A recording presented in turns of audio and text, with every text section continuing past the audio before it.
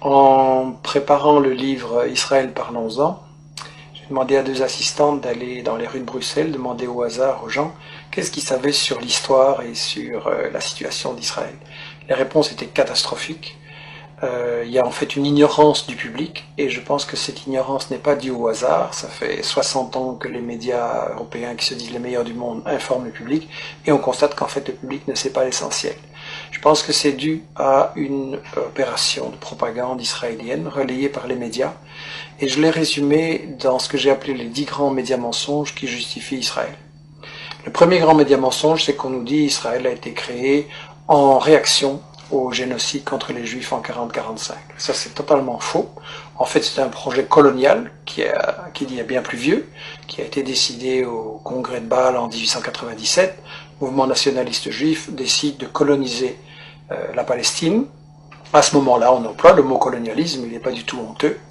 Et ils font appel aux puissances coloniales de l'époque pour ce qu'ils se rendent compte qu'ils ont besoin d'être protégés.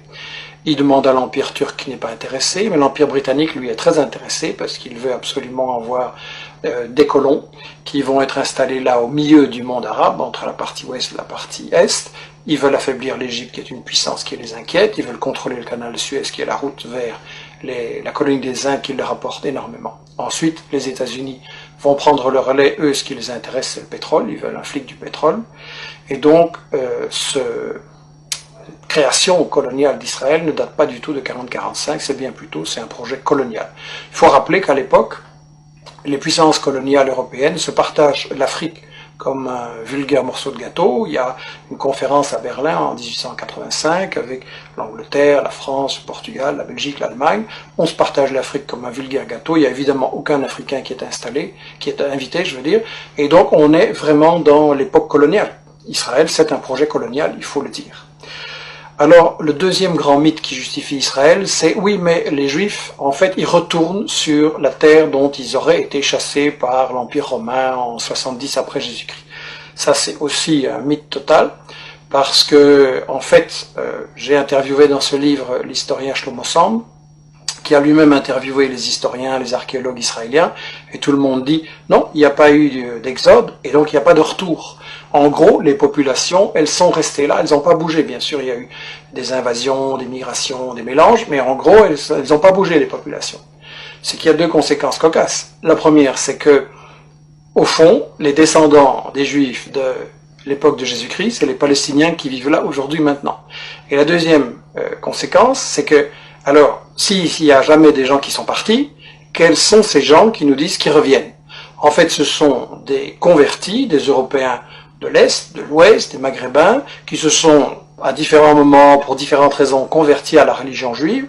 Et en fait, comme dit Shlomo Sand, le peuple juif, ça n'existe tout simplement pas. Il n'y a pas d'histoire commune, il n'y a pas de langue commune, il n'y a pas de culture commune, il y a juste une religion. Mais une religion, c'est pas un peuple. On ne parle pas de peuple chrétien, de peuple musulman, et donc pas de peuple juif non plus. Alors, le troisième grand mythe, c'est l'idée que, en fait, c'est pas grave s'ils se sont installés là en Palestine pour coloniser, parce que nous dit-on, c'était un désert, c'était une terre sans peuple, donc c'était vide. Ça aussi, c'est un mensonge total. En réalité, les témoins de l'époque, déjà au 19e, début 19e, disent la Palestine, c'est un océan de blé. Il y a des cultures et des exportations, notamment vers la France, de l'huile, du savon, les fameuses oranges de Jaffa.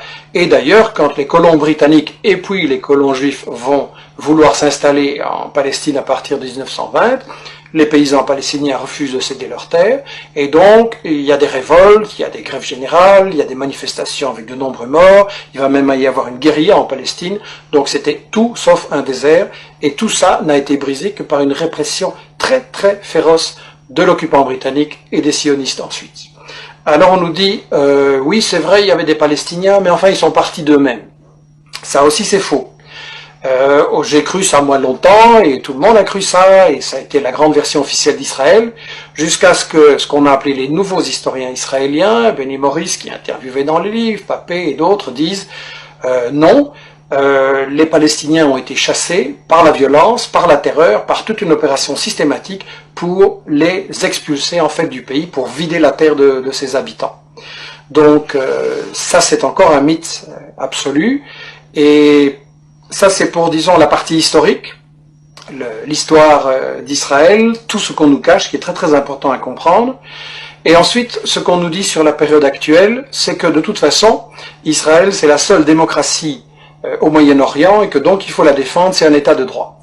Premièrement, c'est pas un État de droit, c'est le seul État au monde où la Constitution ne fixe pas les limites du territoire. Dans tous les pays du monde, il y a une Constitution qui dit le territoire il commence là, il s'arrête là, et ça c'est notre pays. Israël non, parce qu'Israël c'est justement un projet d'expansion qui n'a pas de limite, et il y a donc une Constitution en plus totalement raciste qui dit que Israël, c'est l'État des Juifs, ce qui veut dire que les autres sont des sous-citoyens, des sous-hommes, et donc c'est la négation même de la démocratie, une constitution pareille. Donc Israël n'est absolument pas une démocratie, et je voudrais dire que en fait, Israël c'est le colonialisme, c'est le vol de la terre, c'est le nettoyage d'une population, ça ne peut pas être considéré comme une démocratie. Alors bien sûr, on me dira, il y a un parlement, il y a des médias, il y a des profs d'UNIF qui critiquent, etc. C'est vrai. Mais étant donné que c'est un État qui est basé sur le vol de la terre, ça veut dire qu'en fait c'est une démocratie entre les voleurs pour savoir comment ils vont continuer à voler. Et ça n'est pas une démocratie. C'est du colonialisme, c'est toujours de la dictature.